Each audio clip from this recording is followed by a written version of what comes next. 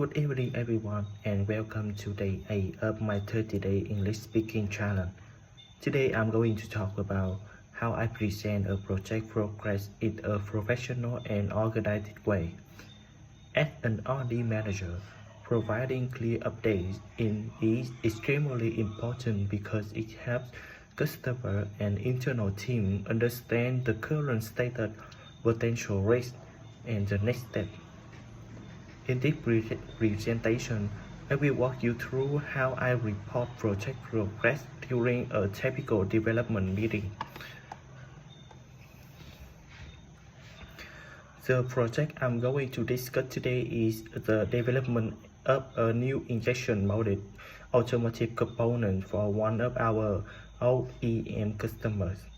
The part is part of the interior assembly and has strict requirements for appearance, fitting, and dimensional stability. Currently, we are in the trial and validation phase, and several key activities are running in parallel. At this stage, the mold has been completed, and we have already conducted the first and second trial. For the first trial, our main focus was to check part filling, short gauge marks, appearance issues, and any obvious defects.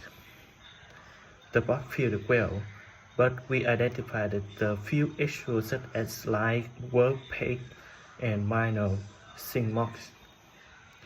During the second trial, we optimized progressing parameters, adjusted the cooling layout, and improved the gauge design.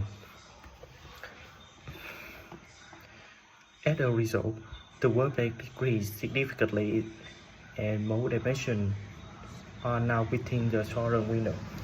We also conducted basic functional tests to ensure that the parts fit properly into the assembly.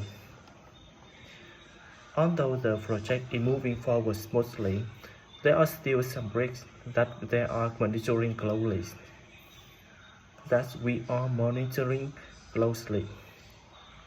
The first issue is dimensional variation at several critical points. Although mold dimensions have improved, a few areas still require adjustment during the next trial. The second risk is related to the surface appearance. Because this is a visual part, the customer has strict expectations for gloss level, texture alignment, and color matching. We are currently working with our material supplier to fine-tune the color and achieve better consistency. Another risk is the timeline. Since the customer has a fixed SOP schedule, any delays in the trial phase might affect downstream activities such as PPAP, tooling release, and mass production preparation. To ensure progress stays on track, we have already taken several actions. We scheduled the next mold trial with updated parameters and minor tooling modifications. We request additional support from the material supplier regarding color and sync behaviors. We increase the communication with the customer to update them on the latest status and to confirm their expectations for the next trial. We aligned with the production team to prepare resources for the progress verification once the final parameters are confirmed. In the upcoming weeks, we will focus on completing the third mold trial and finalizing the dimensional study. If the results meet the requirements, we will proceed with functional tests environment tests, and appearance evaluations.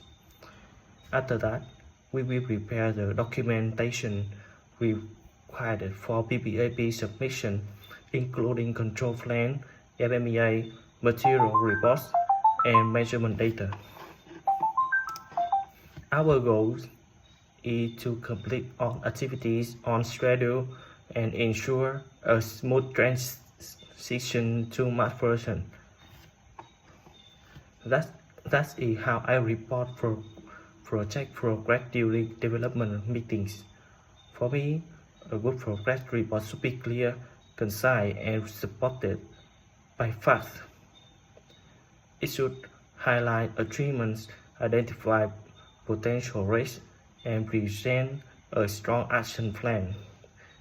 Effective communication not only helps the project run smoothly but also strengthens trust between our team and the customer. Thank you for listening.